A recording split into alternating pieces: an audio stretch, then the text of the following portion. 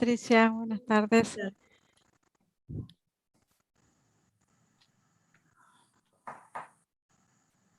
Hola, buenas tardes. Hola, ¿cómo va? ¿Qué tal? Hola, buenas tardes. Buenas Hola, tardes. profe. ¿Qué tal, Buenas chicos? tardes. Bueno, les quería hacer una pregunta antes de comenzar.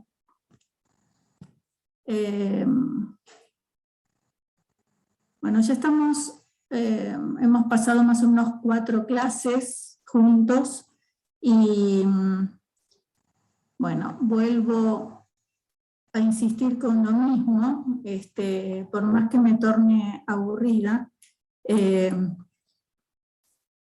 Necesito las cámaras abiertas. Profe, Así yo que, en uno estoy conectado desde la computadora, o sea, hay 2 usuarios míos. Si veo uno sin cámara, ese es el mío, porque veo la clase de la compu y me grabo el cel. ¿cuál sos? ¿Quién sos? Francisco del Villar, creo que es el otro. Sí, ahí está. Bueno, pero Marsullo, Polín, Delfina, Santucho. Acá hay una persona Santiago Marsullo, me avisó que no puede prender la cámara. Y bueno, nada más. Bueno, Polín,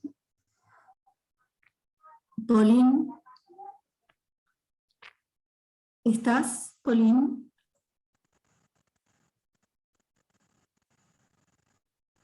Bueno, lamentablemente, Polín va a tener que salir, está ausente, Eve, no está, así que no contesta.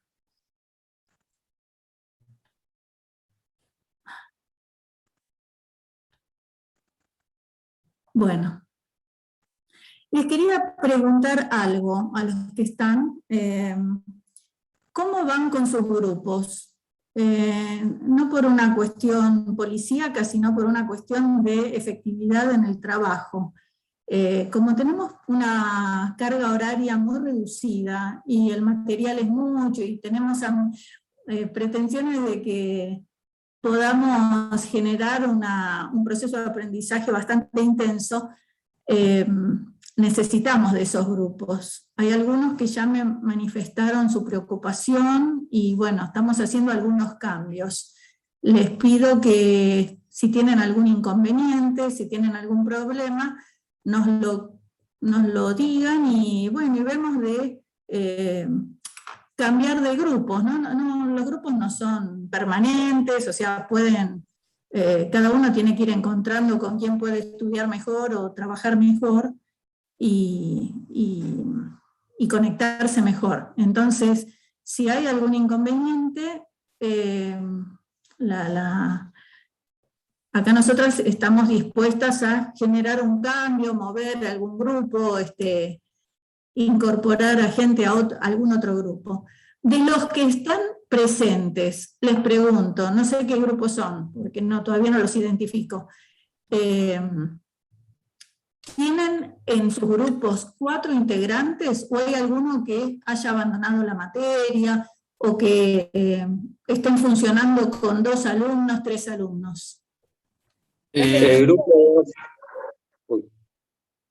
Sí, te escucho. Desde el momento 0 fuimos 3. Bien. ¿El grupo? 12. Sí, el grupo 6 también somos 3. Bueno. Y uno no sabemos, no desconocemos el paradero. 6 y 12. No te escucho. el grupo 2 somos 2 personas. Eso no puede funcionar así. ¿Quién más? En el grupo 6 somos, o sea, en la planilla hay 3, de los cuales aparecieron 2. Uno, yo y la otra persona.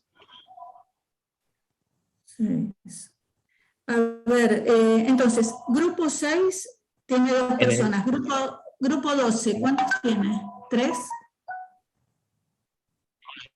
¿3? Bueno, y alguien más me dijo.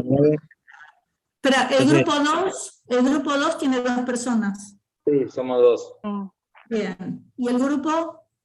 Yo soy el grupo 9 y somos 2 personas. 2.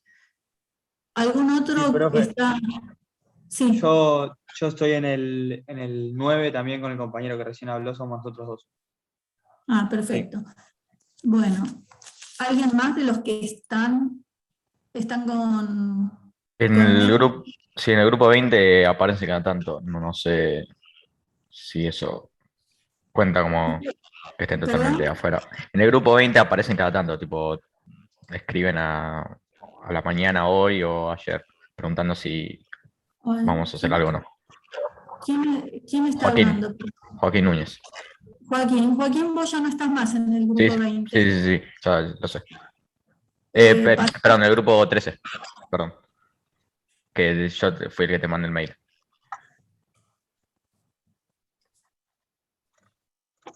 Ahora estás en el 20. 20. Listo.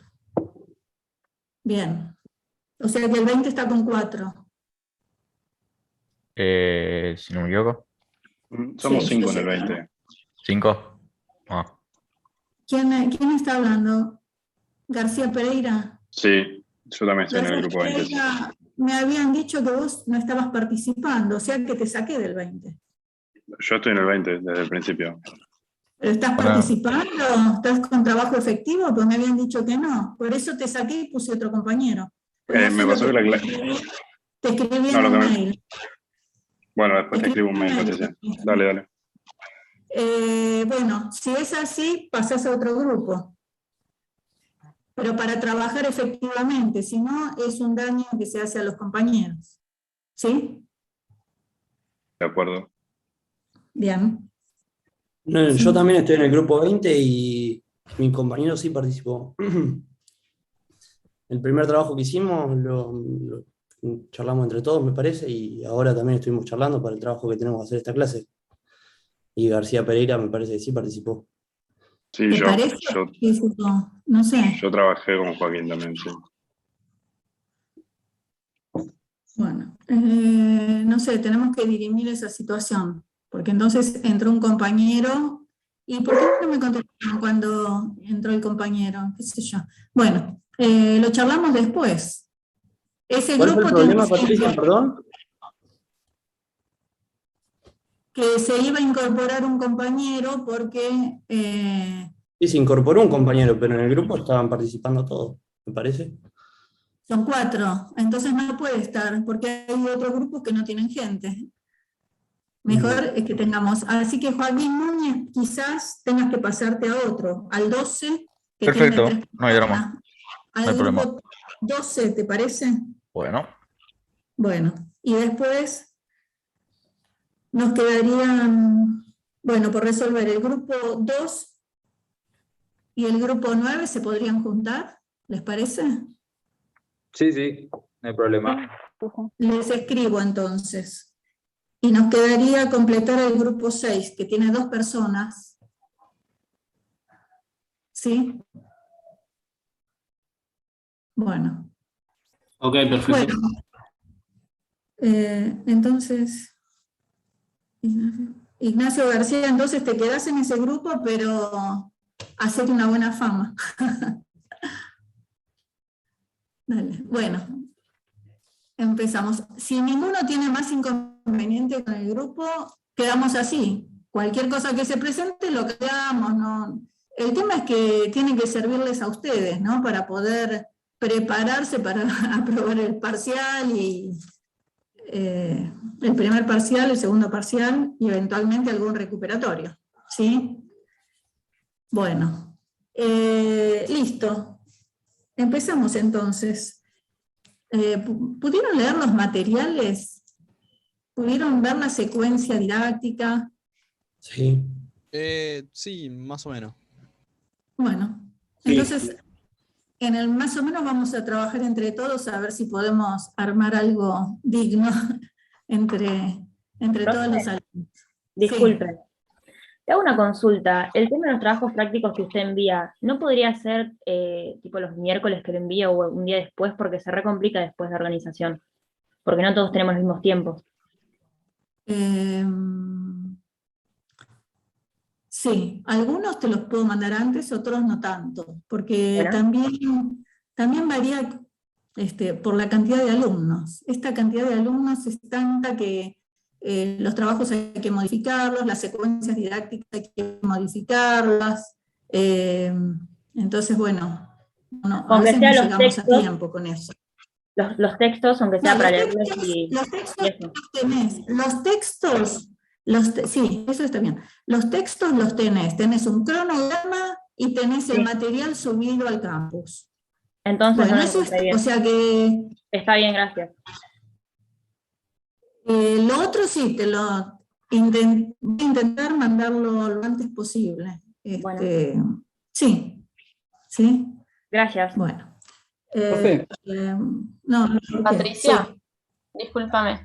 ¿Cómo Sí. va a ser la modalidad de parcial? No sabemos todavía. No sabemos porque necesito ver cuál es el rendimiento de ustedes. Sí, Patricia. por ahora me falta poder terminar el diagnóstico. ¿Sí? De acuerdo con eso, será el nivel del parcial. Pero Sí, ¿se sabe ¿quién si va a te ser en preguntaba algo? grupos o individual? No. El conocimiento se construye en colectivo, pero se rinde en forma individual. No, yo no te puedo poner una...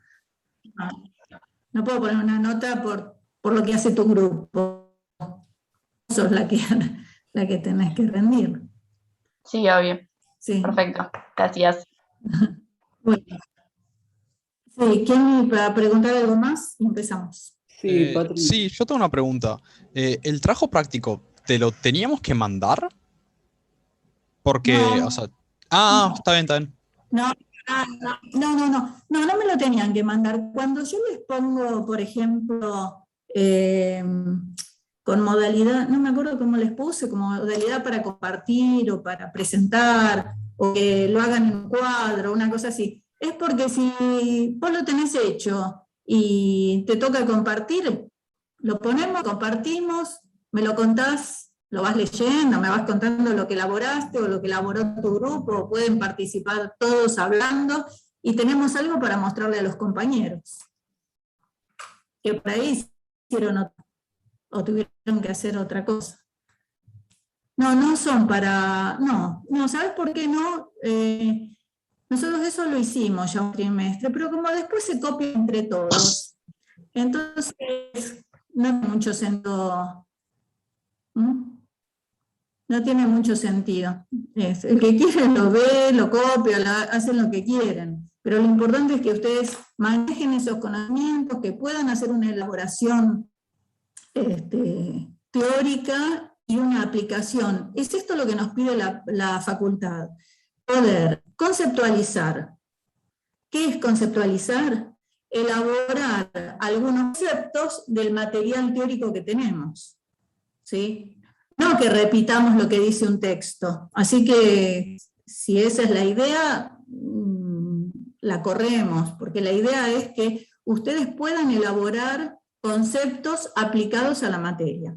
Pero a su vez, como lo que buscamos en esta materia es poder leer el mundo a la luz de los autores, lo que queremos es que esos conceptos, por ejemplo, los conceptos que nos vierte Reiner, que nos facilita Chang, las ideas de Sánchez, las podamos aplicar a casos concretos, ¿no? Que podamos revisar qué es lo que nos dicen estos autores y poder interpretar la realidad no desde el sentido común, sino desde una elaboración teórica, porque eso es la universidad, esto es el trabajo académico.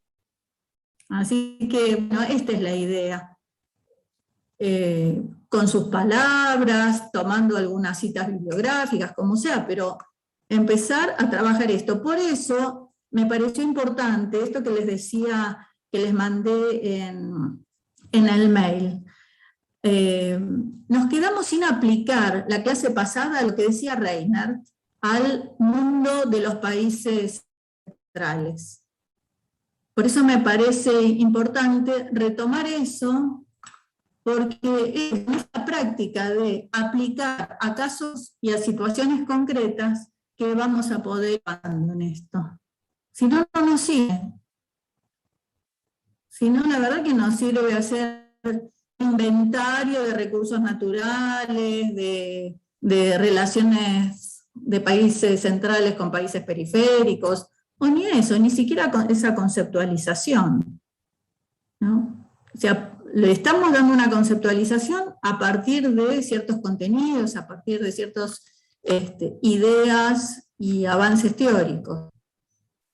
Bueno, entonces empezamos. Tenemos, no sé qué hora es. Disculpe, profe. Sí. Antes de empezar, ¿le puedo hacer una pregunta? Porque no sé si escuché mal, pero ¿puede ser que dijo que en el grupo 6 había nada más 2 chicos participando? Y eso es lo que me dieron. ¿Cómo? Eso es lo que entendí que me dijeron, y cuando lo pregunté me dijeron que sí. Pero no el grupo 6. El grupo 6 no eran. Nosotros estamos en el grupo 6 y participamos bastante todos. ¿Son 4? ¿Son 4 chicos? Ahí está diciendo, sí, nosotros somos 4, pero ahí está diciendo alguien más que es del grupo 7. Bueno, entonces, el que tiene 2, ay, se te escucha muy mal, Alan Meyer, el 7. Ah, bueno, está bien, lo cambié. Lo cambié entonces. Lo cambié, Federico Fiorino. Bueno, gracias, profe. Ya está. Gracias por avisarme, porque lo tenía mal anotado entonces. Había entendido mal el número. Bien. Patrick Lewis, ¿estás presente? Patrick Lewis.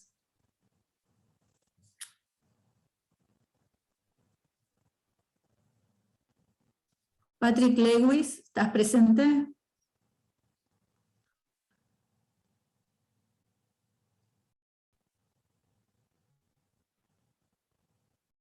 ¿Sancho? Bien. Bueno. Empezamos entonces. La clase pasada habíamos quedado con el análisis, con poder ver en esas charlas que se hicieron en la Facultad de Ciencias Sociales sobre qué pasaba en tiempos de pandemia, ¿no? Con los países centrales, había una primera, eran dos de las charlas que hablaban de Europa. ¿Alguien pudo escucharlo? ¿Alguien pudo comparar esa visión con lo que planteaba Reinert en términos económicos? Yo vi el video, Patricia, y también leí el texto. Y bueno, en el video básicamente lo que entendí, hablaban de cosas diferentes también según digamos, quién estaba participando. Sí. Uno de los que hablaba mucho sobre Italia, la situación de Italia en el coronavirus, y una chica, que fueron los dos que más escuché quizá, hablaba mucho sobre el avance de China y de la manera en que los países asiáticos afrontaron la crisis sanitaria, y también me resultó interesante lo que planteaban sobre la vigilancia estatal sobre la ciudadanía y cómo se pudo haber usado o se puede usar a futuro, que en este caso era quizás justificado por la pandemia, pero a futuro podrían usar excusas similares para ejercer una vigilancia quizá excesiva contra los ciudadanos. Y relacionándolo con el texto de Reinhardt, bueno, no sé si puedo encontrar tanta relación. El texto me pareció que empezaba planteando la diferenciación entre dos escuelas económicas, la alemana y la anglosajona, y desarrolla a partir de ahí. Pero no sé qué relación ofrecer ahora en la clase, la verdad. Está. Y la primera parte que habla de los diferentes aspectos de esta globalización, de los cambios que se están produciendo. ¿Ahí pudiste escuchar algo? Patricia, yo puedo aportar de ese. Dale, si querés. a ver, espera que anoto. Empieza.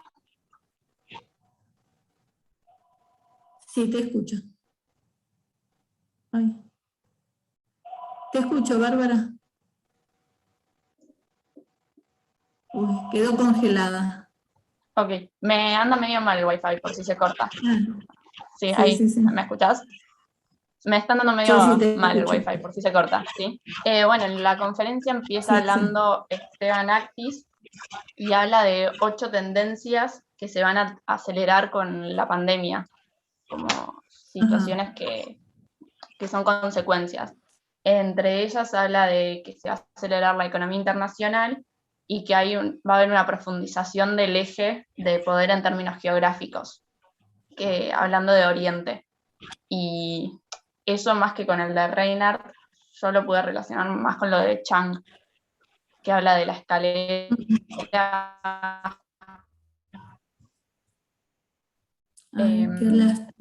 Y también en la conferencia hablan de que se va a profundizar el poder de China y que va a caer el poder de Estados Unidos por no haber podido como resolver bien la pandemia, algo así era.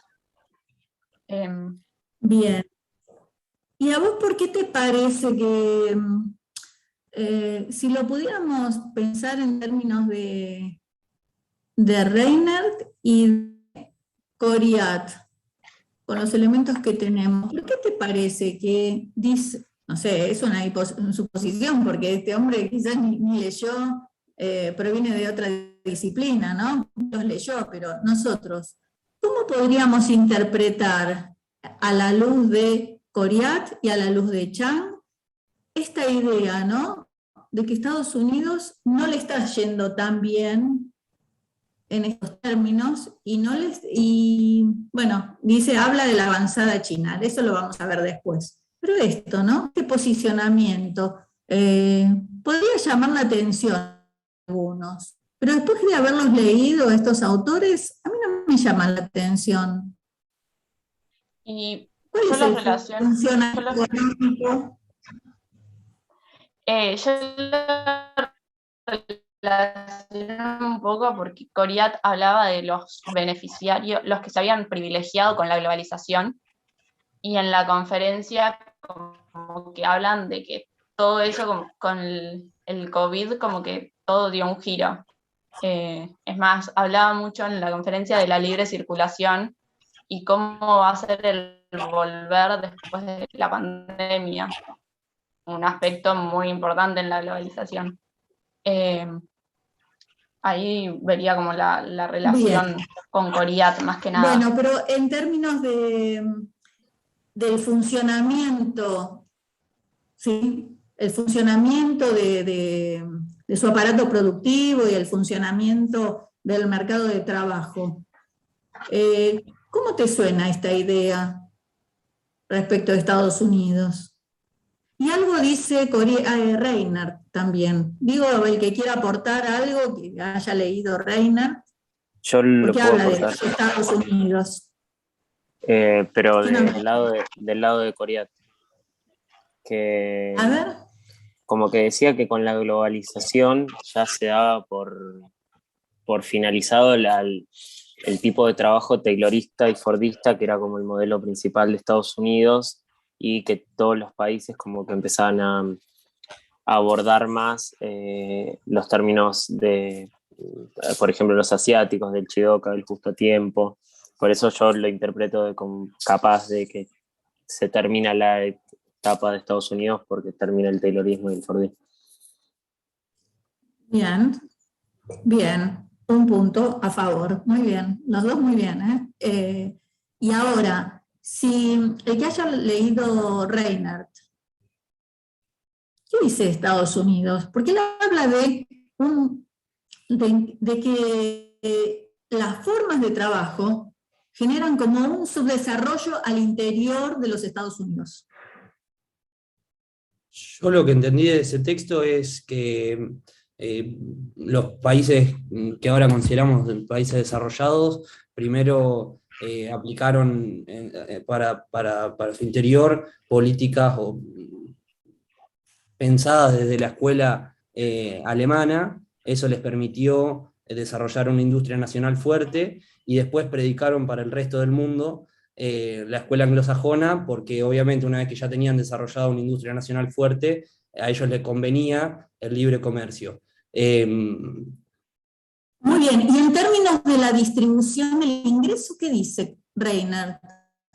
¿Cómo lo aplica? El análisis que hace para dentro de Estados Unidos, que me parece que es al que te referís vos, es del sector agrícola y del sector industrial de la ciudad, y a lo que plantea es que incluso dentro de Estados Unidos, que hay cierta redistribución de la riqueza, porque estamos hablando de un mismo país, de una misma sociedad, se notan las diferencias de ingreso entre las zonas rurales y las zonas urbanas. Y lo que plantea, me parece, el autor es que intenta que nosotros imaginemos que si esas diferencias se dan en el interior de Estados Unidos, que hay cierta redistribución y que, digamos, una parte de la renta urbana, a través de caminos y de obra pública y lo que sea, es utilizada para beneficio de la zona rural, que nos imaginemos cuánto más desigual puede ser esa relación si quienes se dedican a la agricultura no están dentro de Estados Unidos, como es el caso de los países subdesarrollados, que se dedican primariamente a la explotación de materias primas, y no cuentan con esta redistribución que existe al interior de la sociedad americana. Perfecto. La verdad que muy bien. Sí. Y creo que él agrega que con estas formas que tiene Estados Unidos, en algún punto, ¿sí?, está utilizando ese modo clásico de producción, de distribución del crecimiento. Perdón que le interrumpa, queda menos de un minuto hasta que se corte. Bueno, gracias. ¿No coincidís en eso? ¿No coincidís? Perdón, no terminé de escuchar lo que dijiste. Digo que antes que se corte, lo que quería decir es esto, ¿no? Que en Estados Unidos hay una parte que todavía estaba utilizando el modo clásico de distribución del crecimiento económico. Por eso a mí me sonó muy interesante lo que ustedes plantearon, ¿no? A partir de lo que dijo la compañera. El tema, profe, que Estados Unidos usa como que otro modelo.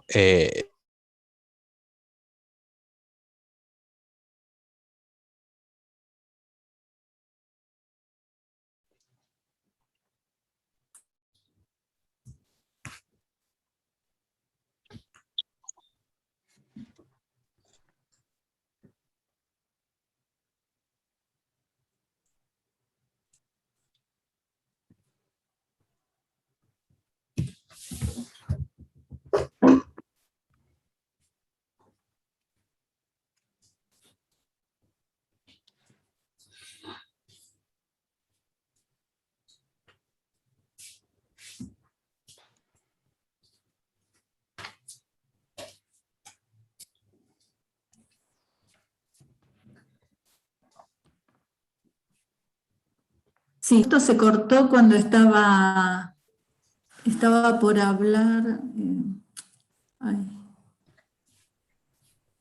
uno de los alumnos, a ver, no me acuerdo el nombre.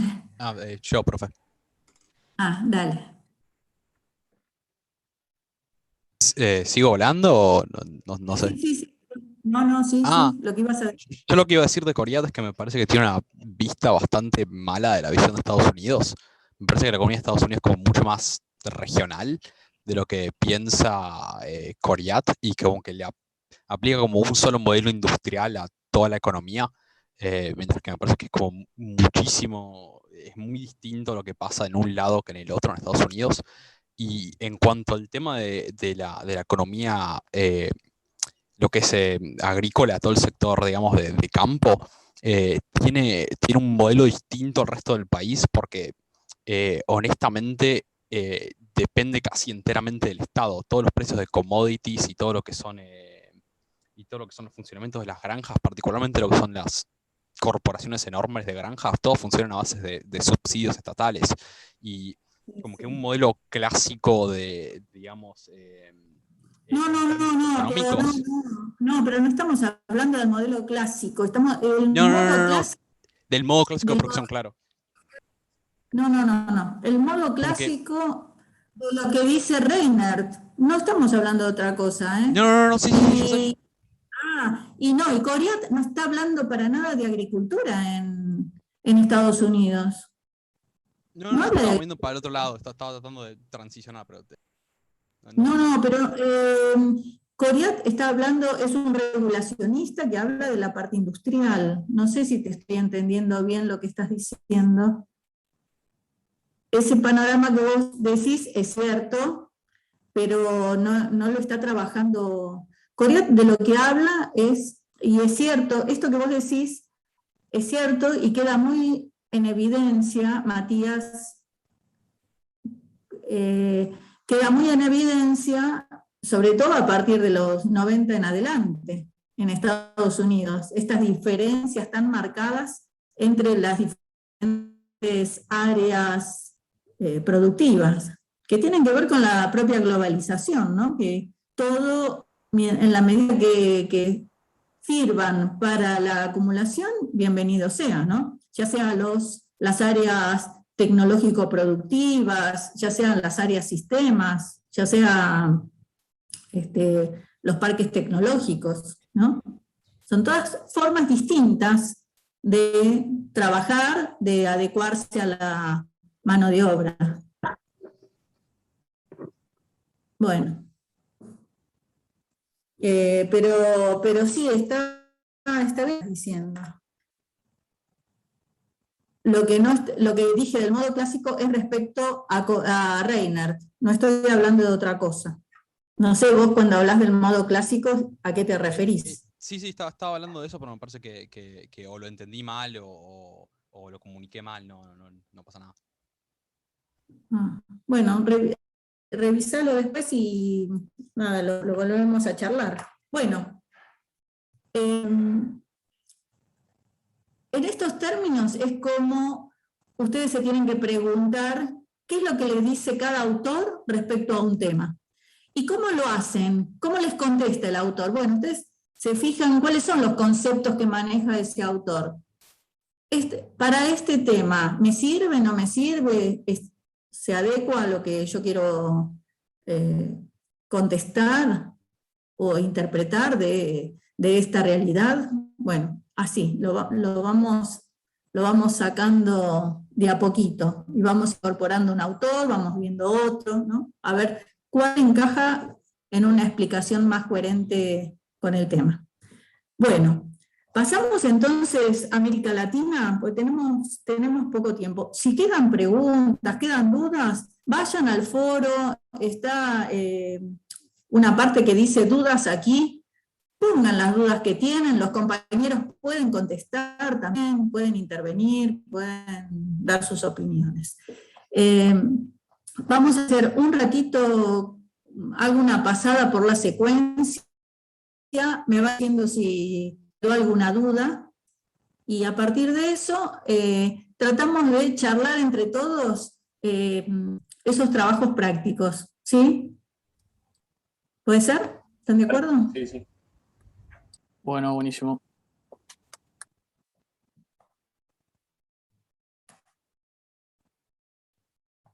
Bueno, en esta presentación vamos a tener diferentes ítems. Vamos a empezar por Recording in progress. Vamos a empezar por el marco teórico.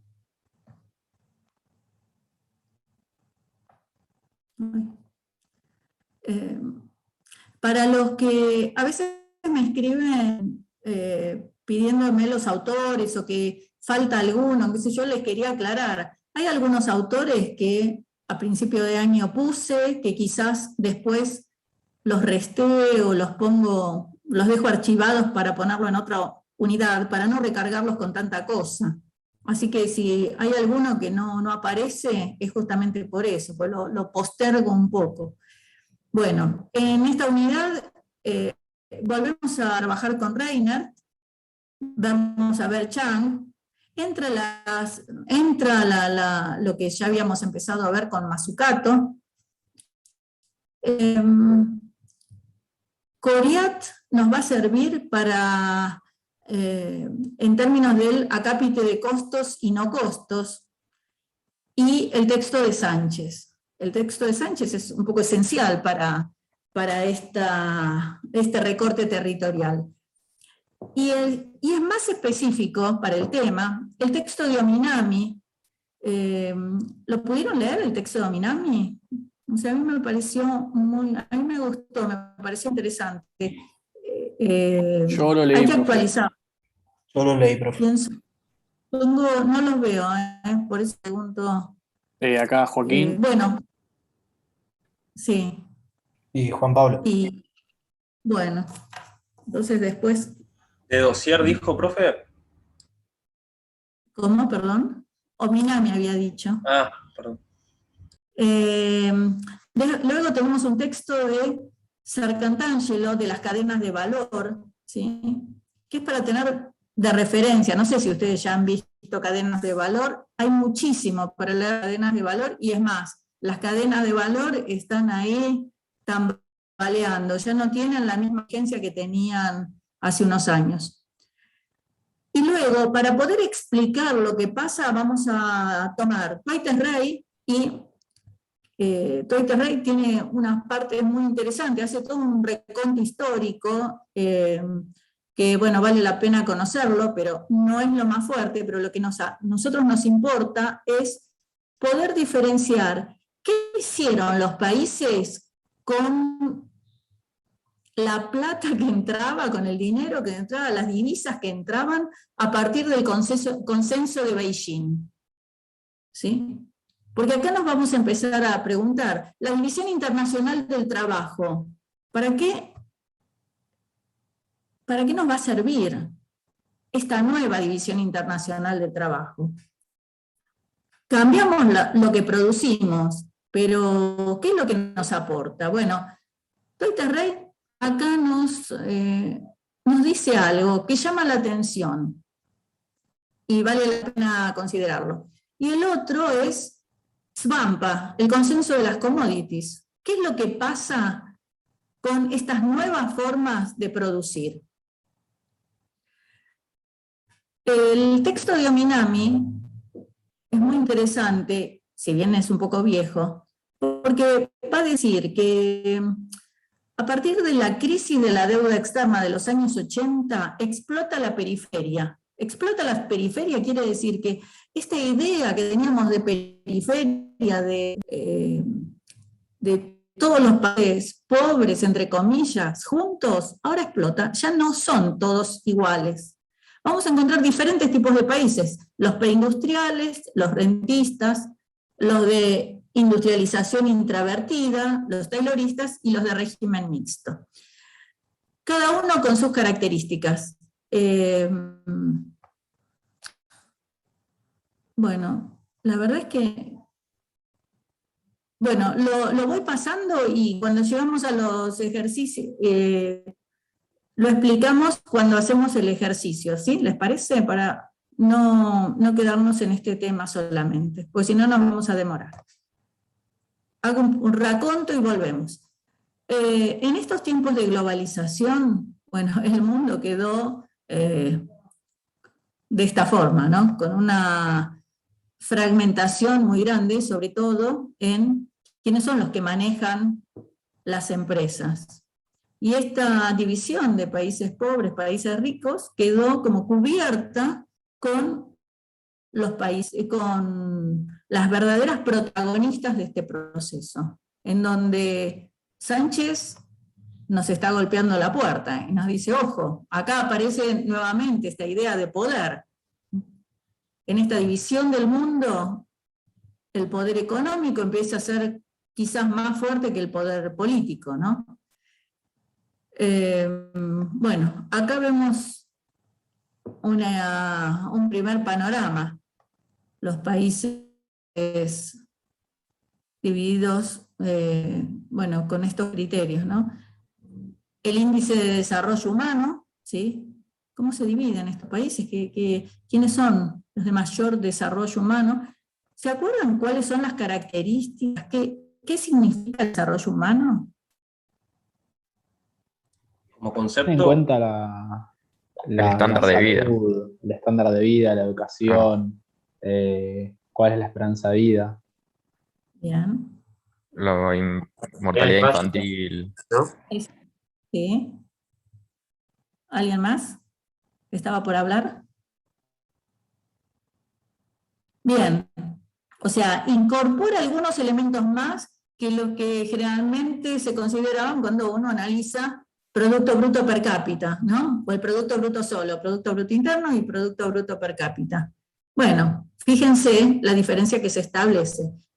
Hay cierta correlación, es innegable, pero es necesario incorporar otros elementos para poder ver en qué situación están los países. Pero lo que es evidente es que vamos a encontrar un norte y un sur, ¿sí?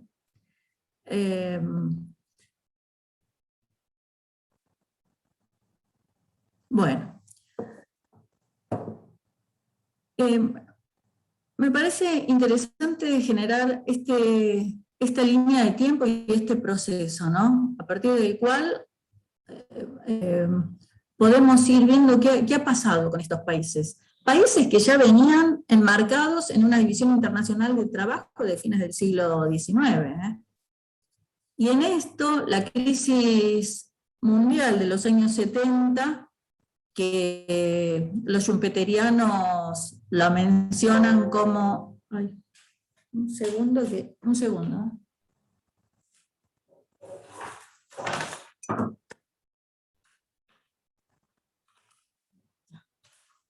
Disculpen, se me iba a apagar la computadora. Los schumpeterianos lo mencionan como crisis del petróleo. Entonces, es un punto de inflexión. Y a partir de eso, empiezan los diferentes países a posicionarse. Pero en los años 80 llegamos a la crisis de la deuda externa, crisis de la deuda, en donde se establece el consenso de Washington, que es la puerta de entrada para la valorización financiera. Ominami dice una cosa muy interesante. La crisis de la deuda es lo que lleva a la explosión de la periferia. Sin embargo, el problema de la crisis de los países periféricos es intrínseco a su realidad, a su historia, ¿sí? No es solamente una cuestión externa, también tiene la semilla de esta crisis en su interior. Bueno, tenemos la crisis de Wall Street y nos vamos adentrando hasta los años 90, el avance de la transnacionalización, con lo que les decía, ¿no? Las empresas transnacionales vienen a ser las verdaderas protagonistas. Y en este momento hay una cuestión muy interesante. En los años 90 había caído la inversión. El capitalismo no estaba invirtiendo lo suficiente. Es ahí que las Naciones Unidas van a generar una iniciativa en donde van a ser los promotores de las nuevas formas de inversión en los países subdesarrollados. Con los tratados. Sí, espera que termino el concepto. Con el mecanismo de los tratados binacionales de defensa de las inversiones extranjeras. Igual ahora lo vamos a profundizar. Sí, decime. ¿Por qué es que hay una dependencia de los mercados financieros de Estados Unidos con respecto al mundo y la productividad? ¿En la crisis de la deuda? Generalmente, porque hay una dependencia de los mercados financieros estadounidenses. Digo, pregunto. Espera, vos me estás hablando, yo lo planteé desde, te podría decir, a partir de la crisis de la deuda, porque esto está muy vinculado, en realidad está muy vinculado con la toma de deuda, que es anterior. La toma de la deuda externa, que comienza unos años antes,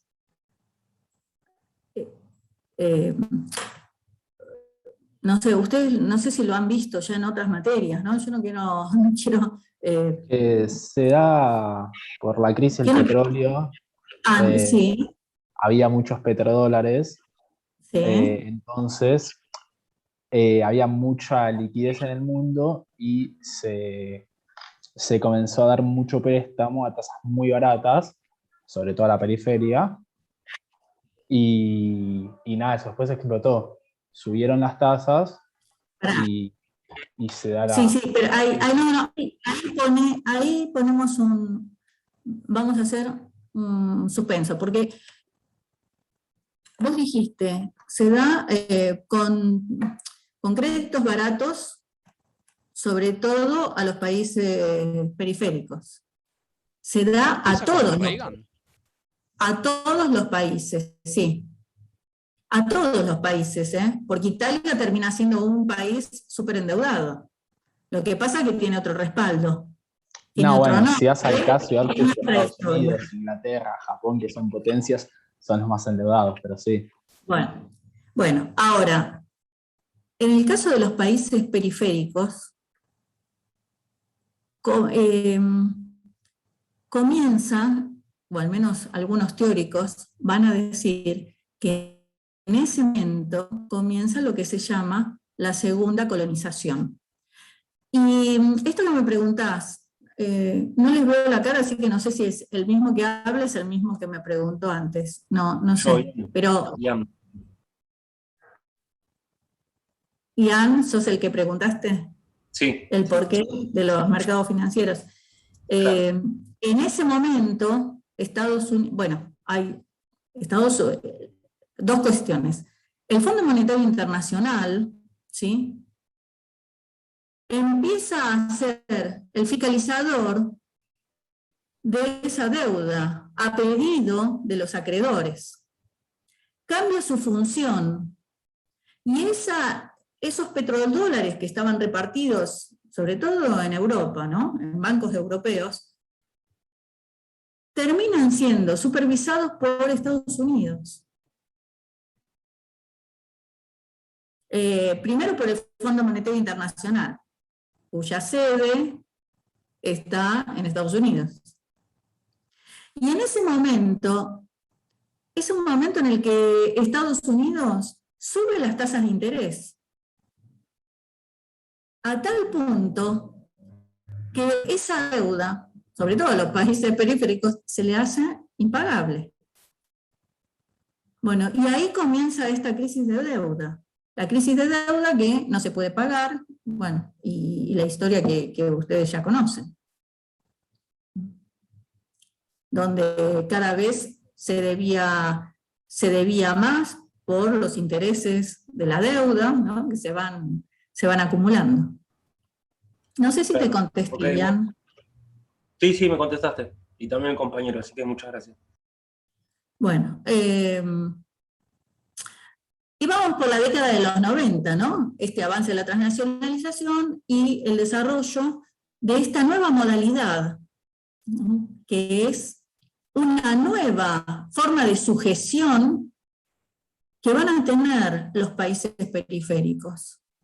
Porque ahora vamos a ver cuáles son las modalidades que asumen estos tratados. Cuando uno habla de la transnacionalización, ¿sí?, vamos a encontrar que estamos dentro de un proceso del que es muy difícil salir. Cualquier nueva política en donde quede involucrada alguna empresa transnacional genera impedimentos para poder liberarse, cambiar y establecer nuevas políticas. Las políticas internas van a quedar como sujetas a esos tratados binacionales. ¿Por qué? Porque las consecuencias, y esto, bueno, esto aparece un poquito más adelante, se las voy mostrando.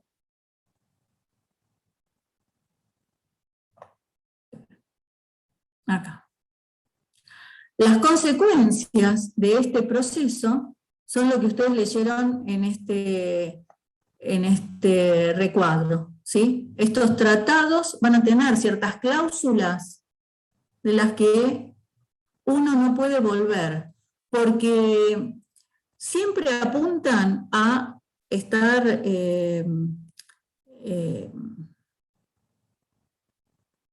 siempre apuntan a la defensa de las empresas transnacionales, a las inversiones que hacen estas empresas en estos países. ¿Es lícito? Sí, es lícito, pero el tema es que sin que medie un pasaje por la justicia nacional de cualquiera de estos países, ellos pueden saltar a los tribunales internacionales. Y como el objetivo es la defensa de las inversiones extranjeras, siempre se pierde, siempre. Los tratados binacionales, ¿sí?, vienen a ser la novedad de los años 90. La Argentina es el país de los países periféricos que más tratados internacionales ha firmado en el gobierno de Menem, y en los gobiernos sucesivos, en algunos más, en otros menos.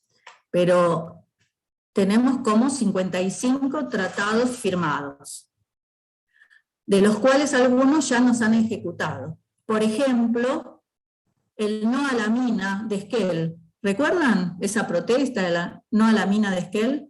Vieron que la mina de Esquel al final, la mina no se pudo establecer, no pudo seguir funcionando, le habían puesto, pero no pudo seguir funcionando. ¿Cómo? Que está establecida. Sí, pero no puede. Sí, pero el tema es que nos ejecutaron en los tribunales internacionales. La Argentina está pagando esa deuda que sale mucho más cara, que ha salido mucho más caro que si hubiese trabajado fehacientemente y que hubiesen producido, aún a costa del daño que provocaban. ¿Sí? Ellos nos demandaron por lucro cesante. Bueno, y ahí está. Lo mismo pasó con Aguas Argentinas. ¿Se acuerdan que Aguas, bueno, ustedes no se acuerdan porque eran chicos o quizás no habían nacido, en la década de los 90, que se privatizaron muchos servicios? Aguas Argentinas fue tomada por una empresa extranjera que como no invirtieron, se les dio por terminado el contrato y nos demandaron internacionalmente. Y si bien la Argentina tenía razón de todo eso, como aludían a dañar, ¿sí?, la inversión que habían hecho, la Argentina tuvo que pagar. Ahora teníamos la provincia de Buenos Aires con esta empresa, Aguas del Sur se llamaban, con las napas freáticas que habían ascendido y los subsuelos de las casas estaban todos inundados. No sé si alguno vive en Quilmes o la zona sur. Sus padres o sus abuelos les deben de haber contado esto. O sea, la falta de inversión, por un lado, para que se pudiera evacuar toda esa agua por la extensión de la red, no se pudo hacer. Y sin embargo, estamos pagando esa deuda con Aguas del Sur. Ahora, esos tratados son muy interesantes. Son muy interesantes porque de esos tratados no se vuelve. Una vez que las empresas se van, ¿sí?, que las empresas se ejecutan, no se van del país. Y pueden seguir trabajando 10 años más, porque se pone en duda lo que la justicia nacional pudo haber, qué sé yo, transgiversado o no haber entendido lo que ellos hacían. Digo, son las nuevas formas de dominación que aparecen en esta nueva división internacional del trabajo. Pero, profe, dentro de los ¿puedo cuales... hacer una pregunta? Sí. Si estos tratados son tan malos y tan no sé qué, ¿por qué los firmamos en primer lugar? Ah, bueno. Porque no teníamos, primero, sí, está muy buena la pregunta, porque esa misma pregunta es la que yo hice. No sé quién. Lo que vos estás diciendo. ¿Quién está hablando, Mati? Hola. Porque lo que vos estás diciendo. No, no te veo. Ah, sí, ahora sí te veo. Sí. Hola. Porque lo que estás diciendo es que Sí. tipo, firmamos un contrato, no lo cumplimos y nos demandan. Que, no sé, a mí me parece que tiene bastante sentido, pero. O sea, no entiendo qué. No, que no es que no lo cumplimos. No, no, no. Matías, no es que no lo cumplimos. Nosotros firmamos este acuerdo con 55 empresas transnacionales. Una, por ejemplo, una de ellas fue Aguas del Sur, una empresa española. Esa empresa española que aceptó la concesión del manejo del agua potable con la promesa de extender la red y extender las cloacas, no extendió las cloacas, extendió la red y no creó las condiciones para la evacuación de esa cantidad de agua que estaba arrojando al medio natural. Entonces, se le anuló el contrato, se le cortó el contrato. No es que nosotros no cumplimos, los que no cumplieron fueron ellos. Había entendido otra cosa también. ¿Y nos demandaron igual? Sí, Patricia, eso te iba a preguntar. ¿Por qué los tribunales internacionales, digamos, fallaron a favor de la empresa? Yo no sé, específicamente no conozco con detalle el caso, pero digamos, si un tribunal internacional falló a favor de la empresa, evidentemente algunas razones habrán tenido. ¿O vos pensás que la empresa es tan poderosa, Aguas del Sur, como para corromper un tribunal internacional y hacer que fallen a su favor? No. Bien, me encanta la pregunta. Los dos, lo que preguntaron es lo mismo que yo pregunté cuando estuve frente a toda esta documentación. Tengo los laudos, al que le interese se los paso. Bueno, yo esto lo trabajé en la Facultad de Derecho. Y lo que me decían es que los que tenían que manejar estas cuestiones para la Argentina eran economistas, y no había economistas que manejaran estos temas. Así que digo, puerta abierta para nuevos trabajos, ¿no? Esto es muy interesante. Ahora, lo que ustedes preguntan es cierto. ¿Por qué allá no consideraron todo el armazón que habían armado los abogados, explicando cuál era la situación? Explicando el daño que se estaba haciendo, lo que habían provocado el aumento de la napa freática, esto que les decía, ¿no? Zonas inundadas, bueno, toda esta situación. Ellos lo que aludieron es que sí, es cierto. Y además nosotros decíamos que estábamos en una crisis económica muy seria. ¿Sí? Bueno, y ellos dijeron, bueno, sí, tienen razón, pero ellos lo que están defendiendo es que se atenta contra la inversión. No es que actuamos mal, no. Ellos tienen como punto de mira la defensa de la inversión extranjera. Entonces, si eso queda... se atenta contra esa inversión, aunque vos tengas razón, marche preso. Pero Claro, no es lo mismo. leerlo porque me resulta un poco extraño, ¿no? Claro, no es lo mismo Bueno, atentar les voy contra. a mandar, ¿quién está hablando ahora? Les voy a mandar, esperen que les anoto los apellidos, se los mando al laudo, porque hay que verlo, chicos, no es, no les estoy inventando nada, no es algo tendencioso, ni nada. es así, ¿eh? Yo soy Aparte, en la Joaquín Constitución Morón. dice que tenemos derecho a un ambiente sano. Y es, no sé, es raro que no se respete a veces. Sí, estaba eso, estaba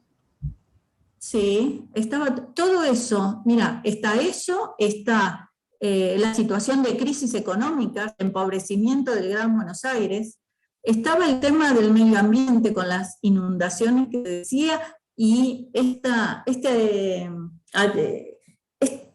fuerte, no es poca cosa lo que les estoy diciendo, que aumenta la napa freática, ¿sí?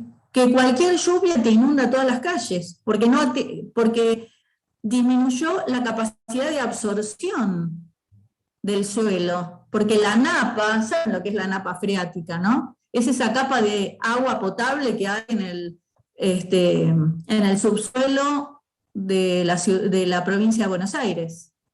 ¿Y usted qué hizo? ¿Una presentación en la Facultad de Derecho? ¿O qué hizo? ¿Cómo? ¿Qué hizo una presentación en la Facultad de Derecho? Yo hice un seminario en la Facultad de Derecho, sí. Sí.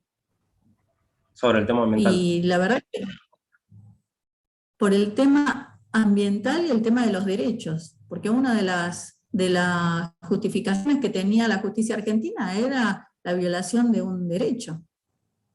Claro, encima una El agua. constitucional. Sí. Sí. Bueno, no quiero avanzar sobre este tema porque me encanta, pero nada, se los dejo como inquietud. Al que le interese me escribe. Yo tengo acá 2 personas, no sé si habló a alguien más, se lo mando. Le mando los laudos. Es muy y la justificación. Justificación. A mí también me interesa, Patricia, si me lo podrías mandar. ¿Quién sos? ¿García Pereira? Sí. Y yo, Ian Davidson. ¿Quién? Ian Davidson. No te, perdóname, pero no te entiendo el apellido. Davidson. Ay, che, ahora cuando abra esto, me lo decís de nuevo, si no te molesta, porque no te estoy entendiendo, no puedo escribirlo. Lo escribo en el chat ahí del Zoom. Si por favor, dale, cómo no. Cómo no, gracias. Bueno.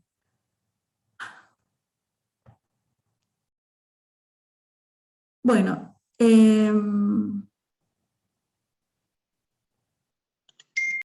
Bien. En estos cambios nos aparece el tema que vimos antes. Ay.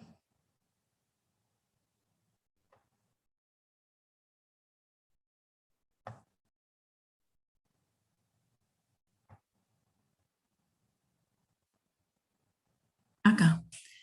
Bueno, década de los 90, ¿no? En esto vamos avanzando y llegamos al año 2000.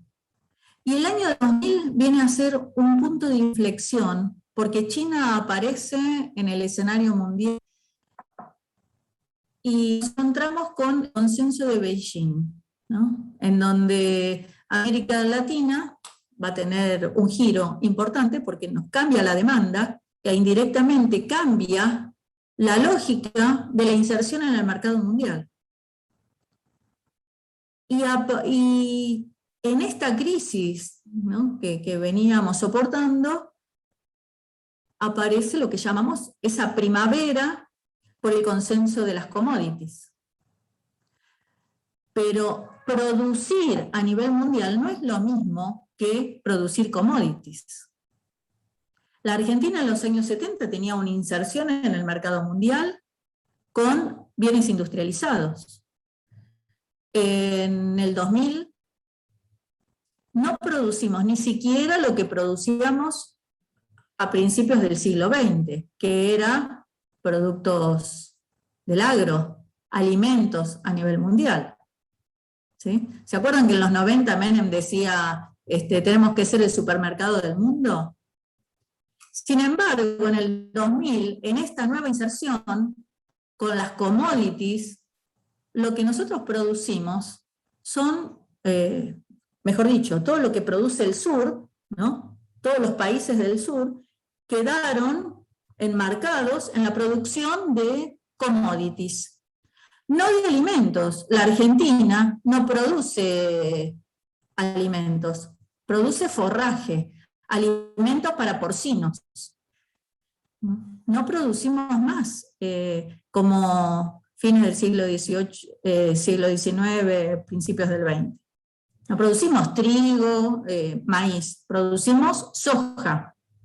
Está bien, los valores son altísimos. Ha habido un corrimiento de la frontera agrícola, esta producción nos cambió totalmente, y empezamos a producir a partir de los 90 también, minería, productos de la minería, con la entrada de estas empresas extranjeras, los canadienses, los australianos, ¿sí? Entonces, todos los países del sur se han convertido en proveedores de materias primas. ¿Y en qué línea somos proveedores de materias primas? Bueno, si vamos a las cadenas globales de valor, que fue lo que se fue estableciendo en todos estos cambios que se estuvieron haciendo, vamos a ver que estas cadenas están marcadas, ¿sí? Y localizadas, creando diferentes zonas, a las que llaman fábricas. La fábrica europea, la fábrica norteamericana, la fábrica asiática. Ya queda menos de un minuto, ¿eh? Bueno, China, y en el sur, ¿sí? Y el sur va a ser la proveedora de materias primas. América, África y algunos otros países de Asia. Entonces, bueno,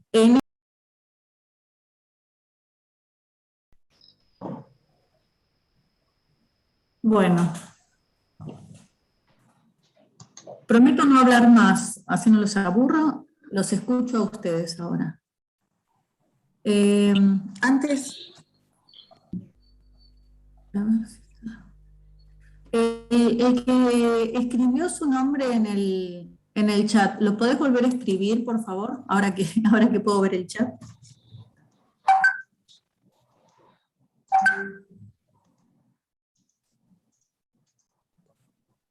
Profe, ¿cuál es la diferencia entre exportar soja y exportar trigo? ¿No es lo mismo? O sea, ¿no son materias primas? Claro. No es lo mismo. Es la calidad. ¿No hay toda una como super industria con soja? Espera, O sea, espera, para saber la espera. diferencia. Sí. No, es que vos no estás exportando alimentos. No estás exportando alimento humano. Entonces, estás exportando forraje. No es lo mismo. Te pagan igual, ¿no? O sea, no entiendo la diferencia en serio. O sea, te pagan igual, te pagan más, ¿no? Profe, ¿te referís a que vos no le pones ningún tipo de valor agregado? O sea, no le añadís nada. Cuando lo que estamos exportando no se le pone valor agregado. Hay una parte que sí, hay una parte que se utiliza para hacer aceite de soja, se exporta como aceite de soja, pero no, y hay una parte que se puede utilizar en biocombustibles. ¿Sí? Nada, era un comentario que ronda, digo, porque lo van a encontrar en alguna bibliografía, ronda en la bibliografía. Yo lo que creo es lo mismo que lo que estás planteando, producir un bien primario, ¿sí? Esto, y ahora los quiero escuchar a ustedes. Ustedes díganme, ¿qué es lo que pasa con producir un bien primario? No, obviamente es mejor producir un bien que sea industrial, no solo porque genera más trabajo, sino porque le agregás un valor agregado que es mucho más redituable a vender materia prima, que, bueno, más como dijeron los compañeros, es lo que peores precios tiene y está sujeto a las variabilidades del mercado. Sí. Sí, y a la luz de Reinert, ¿qué dirías?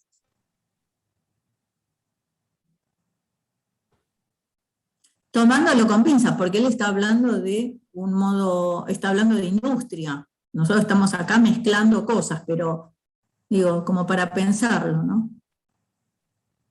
Y que de alguna manera no cruzás la frontera tecnológica que mencionaba él, digamos. Como que siempre estás detrás de pasar a ser un país industrializado o que comercie otro tipo de bueno, de mercaderías y demás, que no sea solo materia prima. Que pueda generar un crecimiento interno, ¿no? Cuando él habla de la distribución, que pueda haber una distribución en los salarios, ¿sí?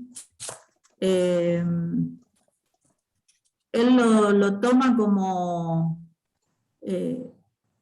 ¿cuál es el modo que él menciona, que no es el clásico? Y que apunta a esto que vos decís, ¿no? La incorporación de tecnología. ¿Cómo se llama? ¿Cómo, Patricia, qué es lo que preguntás, perdón?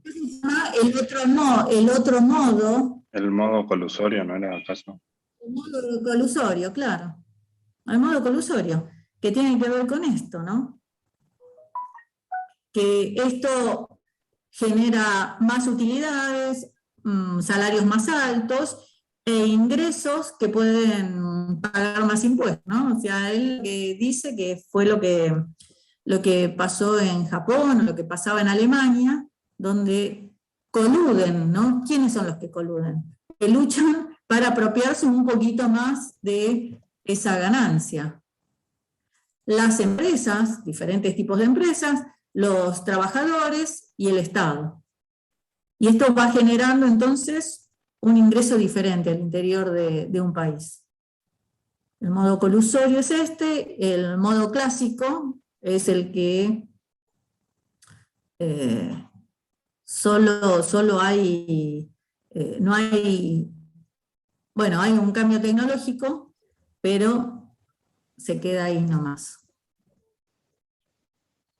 Bueno, hacemos los ejercicios y mientras tanto vamos mechando y vamos explicando algunos de los textos. Así no, me parece que Profe, es más perdón, interesante. están diciendo que hay varios que no aceptaron a la llamada. Perdón, que no aceptaron qué cosa. La entrada a la llamada. Al Zoom. No se te escucha, Eve. Fíjate. Que no aparece, ahora sí los veo. Ahora les dejo entrar. Gracias. Bueno. Gracias. Bueno, a ver, veamos los que tenían que hacer un cuadrito. Hay una diferencia entre los países. No sé si te contesté, Francisco, ahora que estábamos en eso. Sí, profe, o sea, como que es mejor exportar soja que exportar trigo, básicamente. O sea, ¿Cómo? Que es mejor exportar soja que... Y no, lo que pasa es que en este momento exportar, a ver, hay una cuestión, es que ¿dónde se cotiza la soja? ¿Dónde se cotiza el trigo? ¿Dónde se cotiza el café? ¿Chicago? ¿Dónde se cotiza el coffee? En la bolsa de commodity en Chicago. En las bolsas internacionales, diferentes tipos de bolsas. Entonces, si vos no podés manejar y no podés poner el precio, como lo puede poner un productor de teléfonos, de autos, yo no sé si es mejor producir trigo que soja. Estamos en la misma, estamos en peores condiciones ahora, me parece. Sí, creo que o Minami decía algo de eso, como que los países más subdesarrollados que son exportadores están atados al mercado financiero internacional, que por una variación se les desploma la economía. Claro, ahí entendí. O sea, lo mejor es exportar cosas un poquito industrializadas. ¿Cómo le subimos el valor agregado si no tenemos industria? No tenemos manera de procesar eso. ¿Cómo le subimos? Y porque quizás no tengas que procesar eso. Fíjate lo que dice Reiner respecto al tipo de industrias en los diferentes momentos. Habla de la calidad, ¿no es cierto? Bueno, ¿qué tipo de industrialización se necesita? En nuestro país vos tenés la producción de soja, está bien, producción de soja. Ahora, qué sé yo, digo, una cosa es, me cuesta decir lo que voy a decir, no lo tómenlo con pinzas porque yo también lo pienso en forma limitada, pero en otros momentos se pensaba, bueno, entre producir biocombustible y producir granos sin ninguna elaboración, bienvenido el biocombustible. Lo que pasa que hoy por hoy, con la amenaza incipiente del cambio climático y de todo lo que estamos viendo, tanto en el sistema productivo de alimentos como en otro tipo de producciones, más el daño al medio ambiente, al medio y a la atmósfera, esto, por eso digo, lo tomo con pinzas, ¿no? Ahora, ¿hay otras industrias? Y sí hay otras industrias. Nuestro país lo que pasa es que por momentos se casa con la soja y se queda con la soja. Se destruyó la industria satelital, se destruyó el avance con la producción de nuevas fuentes de energía no convencional, ¿sí? O sea, hay algunas cosas que por ahí espero que tengamos tiempo y podamos avanzar y pueda contestarte más concretamente lo que vos estás planteando, Jan.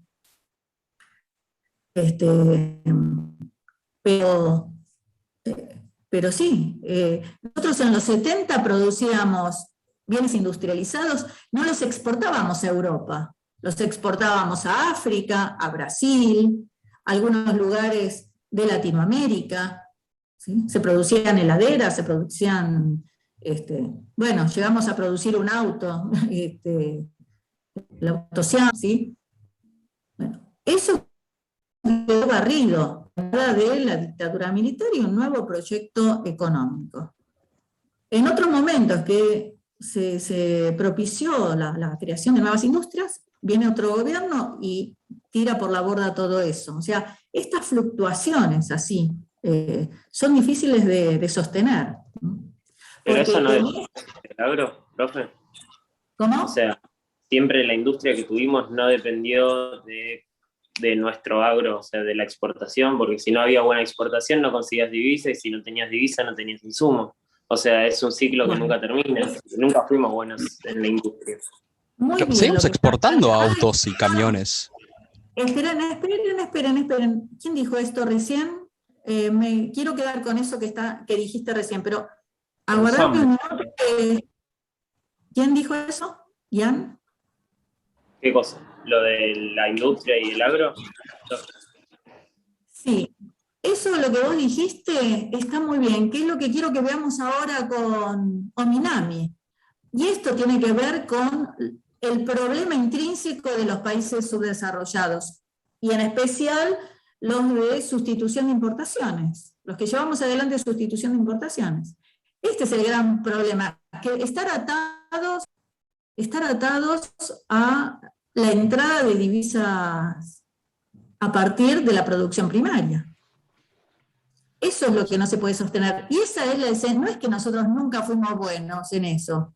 Es que eso es parte del subdesarrollo. Si uno no entiende eso, se queda con que eso estuvo mal. Pero no hay otra forma. Ahora, la otra forma, sí, el que dijo recién, que no sé quién es, estamos exportando autos, sí, pero a partir de esas empresas transnacionales, que son las que manejan y filtran el excedente. Ese excedente... Pero las piezas las importamos, lo que nosotros somos acá es el ensamble. Peor todavía. Los componentes siempre Peor no. todavía. Peor. Y si vamos más en particular, el autopartismo en nuestro país es sumamente elemental. Ni siquiera genera demasiado valor agregado. Es poco el aporte que hace al auto. ¿Qué se produce en nuestro país? Los cinturones de seguridad, determinados elementos para la parte interna del auto, ¿sí? Autos completos igual se exportan, ¿eh? Pero claro que se exportan. No, yo lo que decía era que Pero esas son subsidiarias de las empresas transnacionales. Que da lo mismo producir acá que producir en otro lado. Acá tenés ciertas ventajas porque tenemos mucha labilidad, es muy lábil el sistema judicial argentino. ¿No? Es muy permisivo. Hay, bueno, es un poco lo que estuvimos hablando de las empresas. Pero, profe, entonces no entiendo lo que querés, honestamente. Porque, o sea, como que planteás el lado ambiental por un lado, pero planteás la necesidad de industrialización. Estoy haciendo planteos que mencionan la bibliografía. Vos tomá lo que vos quieras. Ah, pensé que estabas diciendo tipo vos de tu lado. No, yo lo que te digo, yo pienso que hay que generar cierta industrialización, que sea sustentable ambientalmente. Yo creo en eso. Lo que pasa es que en estos últimos tiempos la problemática ambiental se ha vuelto muy acuciante, demasiado acuciante. Y me parece que hay que replantear, barajar y dar de nuevo.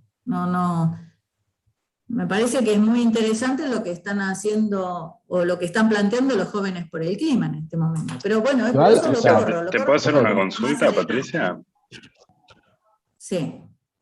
Con respecto a esto, precisamente lo que estabas mencionando recién, hace varios meses, no sé si incluso fue el año pasado durante la pandemia, recuerdo que hubo mucha polémica con respecto a un acuerdo con China que incluso se menciona en la nota que vos nos mandaste de Vaca Narvaja, que publicó en Le Monde. Y recuerdo que hubo mucha polémica porque salieron precisamente esta agrupación que mencionabas antes, ambientalista, salió con, bueno, los tapones de punta porque no estaban de acuerdo, digamos, con el planteo de instalar fábricas, o mejor dicho, granjas porcinas acá en Argentina para la producción de carne de cerdo para exportar a China. Y argumentaban, bueno, muchísimas cuestiones ambientales que, al menos por lo que yo investigué, algunas estaban, al menos yo no encontré fundamentos concisos, ¿no? Porque como que se ignoraba que en parte hay instituciones acá en Argentina que se encargan de hacer todo lo que es digamos, llevar a cabo controles de calidad como el SENASA, bueno, en fin, hay varias instituciones en Argentina que se ocupan de eso, y en algún punto como que lo que terminaba viendo era que en este aspecto se ponía una traba a una inversión extranjera que, por lo que se decía, podía llegar a crear como más de 100.000 puestos de trabajo reales, digamos.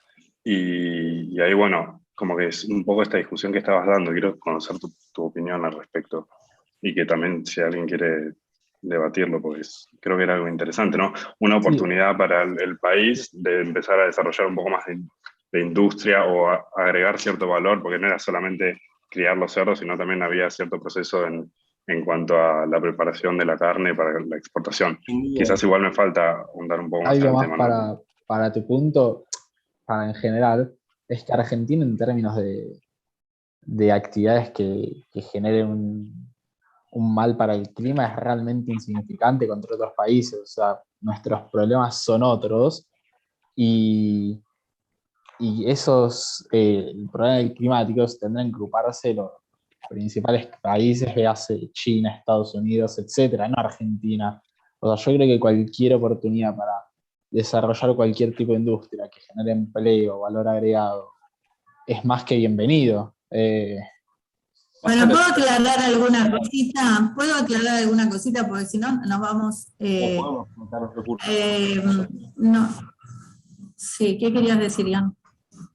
No, digo eso, que no me parece que a toda costa tengamos que producir, porque capaz los recursos son limitados, hoy en día no lo entendemos, el día de mañana sí, capaz, y tenemos oportunidad también de desarrollar otros espacios productivos como todo esto que tiene que ver con la tecnología, exportar servicios, o sea, tenemos una oportunidad grande ahí también.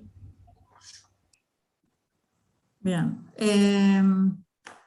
Digo, lo pongo a consideración del resto. Me parece muy interesante lo que estás planteando. Ese tema entra en la unidad de recursos naturales. Me gustaría trabajarlo ahí. Por ahí les traigo más material. No sé, me parece más que una cuestión de opinión. No quiero opinar en la materia. Quiero generar un conocimiento académico. Y justamente por eso, porque está, no sé, por lo que, así planteado como ustedes lo plantean, los compañeros quizás digan, pero ¿qué tiene de malo? Pero el planteo que yo escuché y lo que yo leí era ese. La forma de producir era peor que la producción de aves de corral en la Argentina, que es atroz, No sé si alguno pasó por alguna productora de gallinas, de huevos, en Entre Ríos, norte de la provincia de Buenos Aires.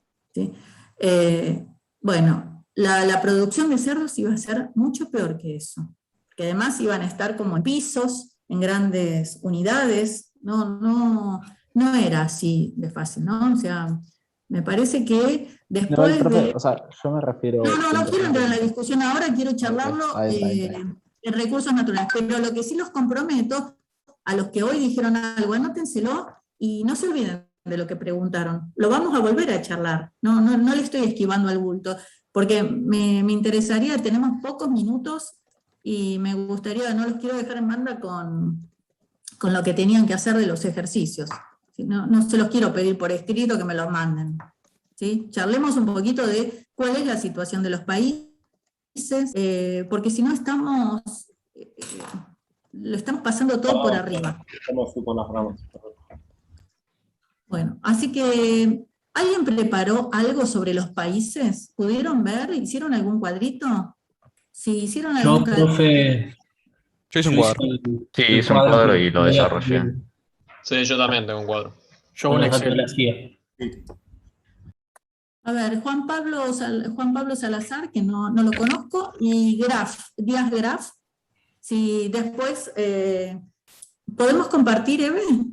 ¿Pueden compartir ellos? Juan Pablo, primero que... Sí, pueden compartir. Si quieren compartir el texto, el cuadro. Bueno. ¿Querés compartirlo, Juan Pablo, primero? Bueno, ¿se está viendo? Dale. ¿Se ve ahí? Sí. Bueno, este es el cuadro. Un lujo, Juan Pablo. Muy bien. ¿Se ve bien? Sí. Bueno, este es el cuadro con los datos de la página de la CIA que usted nos había dejado. Y a partir del texto de, no me acuerdo el nombre, ¿cómo era? Ominami. Es un chileno. Claro. Sí. A partir del texto Minami y algunos ejemplos de países que daba en las diferentes categorías, elegí un país de cada uno y fui dando los datos. Sí. Bien. Vamos a usar... ¿Profe, puedo decir algo? Una parte de la clase que viene, que vamos a trabajar con China, pero una parte la vamos a continuar con esto de los ejercicios porque me parece interesante que podamos intercambiar con ustedes. Perdón, profe, ¿puedo decir algo? Sí. Sí, Santiago. Yo hice el cuadro sobre el punto anterior, el punto 1A, que era la descripción sobre los países preindustriales, los rentistas, y este sería el punto B, que es el desarrollo con los datos. ¿Quiere que lo hagamos así o lo hacemos al revés? No, yo lo que quiero es que parte de la explicación, si lo podés hacer en 2 minutos por grupo de países, lo haces vos, Santiago. Sí, yo tengo un cuadro que para 2 minutos es para unos bullets sobre cada tipo de país. Pero contanos a partir de estos países que él presenta, que Juan Pablo presenta. Bueno, Kenia, como país preindustrial, ¿qué características tienen de tu cuadro? Y tiene una gran importancia del agro. Sí. En la... Lo vemos acá, lo vemos en el Producto Bruto Geográfico, ¿sí? Sí. Bien. Centran sus exportaciones en materias primas. Pero, ¿por qué se nos fue el cuadro? ¿Por qué se nos fue el cuadro, Eve? Ahí, perdón, profe, dejé de compartir un segundo. Ahí lo cambio yo. Bueno, sí, seguimos contando entonces, Santiago. Sí, bueno, los países preindustriales como Kenia le brindan una gran importancia al agro y le dan un rol marginal a la industria, que ahí se ve claramente en lo que mostraba el compañero, el Producto Bruto sectorial, donde se le da mucho más importancia a la agricultura y a los servicios que a la industria. Bueno, ahí tienen los destinos de las exportaciones, pero las exportaciones se centran en materias primas y tienen un lugar marginal en la distribución, la distribución internacional en la división internacional del trabajo, donde quedan como proveedores de materias primas, commodities, no sé el caso de Kenia en particular. Sí, son los famosos países bananeros, ¿no? En general. Claro. Muchos de estos países africanos se han vuelto productores de petróleo, entonces les cambia un poco la situación también. Y esto tiene que ver con la entrada de China. Bueno, muy bien. O sea que son países que están... su potencial es muy débil, su potencial como país es muy débil frente a las empresas que manejan estas exportaciones, que en general son europeas, ¿no? Ominami lo que plantea es que al ser tiene un mercado interno pobre y una economía poco dinámica, y la inaccesibilidad o los pocos recursos financieros hacen que tenga una inviabilidad de una sustitución de importaciones a los países preindustriales. Bien. Bueno, pasemos a los rentistas. Perdón, en América Latina hay, ¿no? Países preindustriales. ¿Cómo cuáles? Podría ser el caso, no me acuerdo ahora el texto, pero podría ser el caso de Bolivia, en América Latina. No. El Salvador, Nicaragua, Guatemala, claro. Guyana, podríamos decir. Sí, bien. Países rentistas, a ver si hacemos a tiempo. ¿Sigo yo? Sí.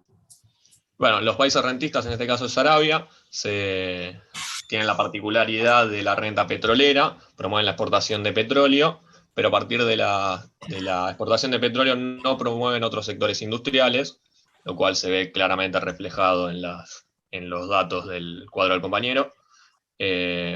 Tuvieron un gran crecimiento a partir de la crisis del 70 del petróleo, donde subió claramente el precio del petróleo, y eso impulsó el desarrollo del país, donde se invirtió en infraestructura, pero por el otro lado tiene una gran dependencia del petróleo. Bien, miren, observen esto, en el Producto Bruto Geográfico. Los servicios en Arabia. Obviamente que los países petroleros no son todos iguales, ¿no? Ominami diferencia los que han entrado en una sustitución de importaciones, en realidad que él llama negativa, sustitución habla de sustitución de exportaciones negativas, no de importaciones, negativa, porque lo que dice es que en el país ya no se produce nada y es más barato importar que producir. Fíjense en el Producto Bruto Geográfico. Los servicios, 53%, y el empleo en servicios, 71%. Eso, más una agricultura que produce un 2,6% y tiene un 6% de la población ocupada en agricultura. Una industria que produce el 44% del Producto Bruto y tiene un 21% del personal ocupado, quiere decir que es intensiva en capital la industria. En realidad lo que es intensivo es la producción de la destilería. La agricultura muestra que hay una parte de los productores que son de subsistencia, porque no entran en esa productividad que se cuenta en el Producto Bruto. Y por el otro lado tenemos servicios efectivos, productivos, que es del 53%, pero hay un 71% de la población ocupada. Quiere decir que hay un plus, que son servicios no calificados, no productivos, ¿sí? Gente que está, pidiendo limosna en la calle, vendiendo chucherías en la calle, cosas que no entran dentro del conteo para el Producto Bruto. Bien. Hay otros países rentistas. ¿Alguien hizo algún otro país rentista? Como... Sí, yo hice de Venezuela. Dale, a ver. El PBI, ¿querés que vaya punto por punto? No, contanos directamente, así pues ya se nos corta. Bueno, más que nada su composición en PBI de los sectores está basada entre la industria y los servicios, que entre ellos suman el casi 90%, y nada más está en agricultura. Obviamente esto hay que tener en cuenta que era un país puramente petrolero, más que nada, y toda su economía se basaba en la exportación de petróleo y un poco en café. En agricultura, ¿cuánto tenés de Producto Bruto agrícola y personal ocupado? El desempleo, según la CIA, en 2018 era No. 10,9. Sí, no. Te pregunto en el Producto Bruto Geográfico. Esto mismo que estamos viendo acá, ¿viste? ¿El empleo por sectores te referís? ¿O la composición? Sí. El empleo de sectores es de 7,3 en la agricultura, en industria 21,8 y en servicios 70,9. Sí, y en el Producto Bruto, ¿cuánto representa eso? No, eso no lo puse, pero si quieres lo busco ahora. Eso es muy importante. ¿Alguien lo tiene, chicos? Eso es importante, porque lo que vamos a ver que en Venezuela, si lo comparamos con datos viejos, una acá lo parte tengo, si importante de querés la población. te digo los Dale, datos. a ver, decime. En la agricultura 4,7, en la industria 40,4 y los servicios 54,9. Todo esto desde el 2017. Perdón, ¿en sector terciario cuánto? 54,9. Bueno, acá nos pasa lo mismo. Esta actividad, en realidad, siempre ha sido dual. Hay una parte de la población que se dedica a la exportación y al comercio internacional, y hay otra que vive de la subsistencia, con un que fue un Estado proveedor. Esta es la característica, márquenlo, porque esto entra muchas veces en la explicación que ustedes van a tener que dar en el parcial. Fíjense, hay un 7% de población ocupada frente a un 4,7% del Producto Bruto Agrícola. Es decir, que hay gente que vive de la subsistencia, como en Arabia. la actividad productiva es intensiva en capital y utiliza poca mano de obra, y hay una gran cantidad de población que trabaja en servicios, pero en realidad son servicios muy productivos. Es poca la población que vive que es registrada. ¿Sí? Hay empleo negro, hay empleo que no tiene no aporta, es de subsistencia también. ¿Se entiende esto? Porque me parece que esto hace a lo que es el subdesarrollo. Esto es un poco lo que venimos mencionando, son diferentes hitos que vamos tomando que nos muestran ciertas falencias, ciertas dificultades de estos países. Bueno, seguimos con la intravertida. ¿Digo yo? Sí, seguí. Bueno, en el caso de Colombia, que queda como... ¿Cómo? Si hay otro que quiera seguir, si no, seguís vos. Colombia como intravertida, está muy bien, sí. Bueno, Ominami plantea a los países con industrialización introvertida como países que tomaron como modelo LISI, la industrialización por sustitución de importaciones, y le dieron una mayor importancia que los otros dos modelos, que el preindustrial y que el rentista. Lo que plantea Ominami es que los países con industrialización introvertida le dan una gran importancia al mercado interno, y las actividades agrícolas son las exportables y las actividades industriales son para reforzar el mercado interno.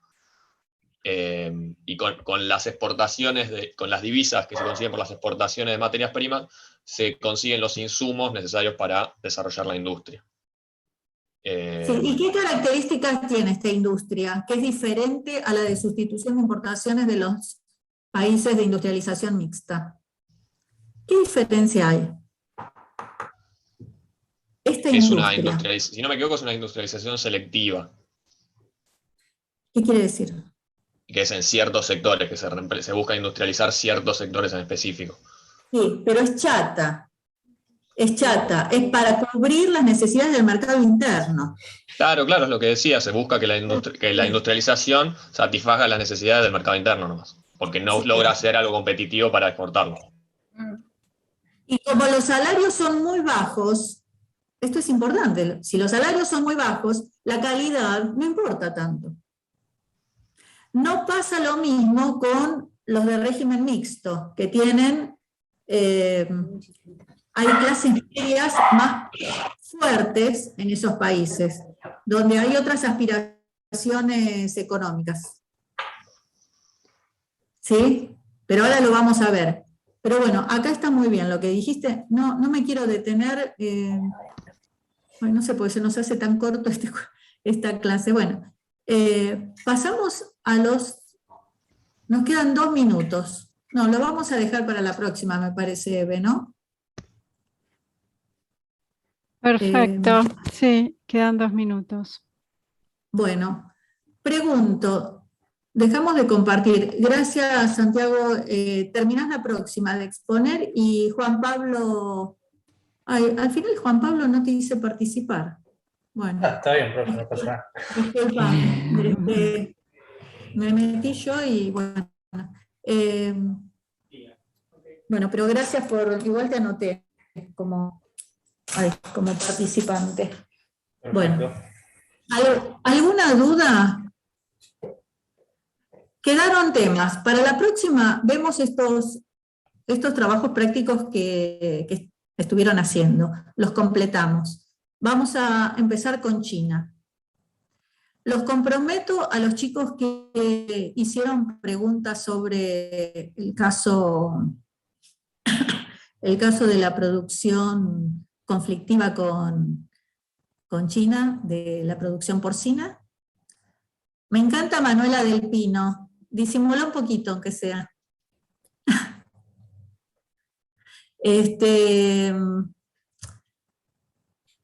Decía, bueno, cualquier cosa, anótense, agéndense, anoten la pregunta y lo volvemos a charlar, ¿sí?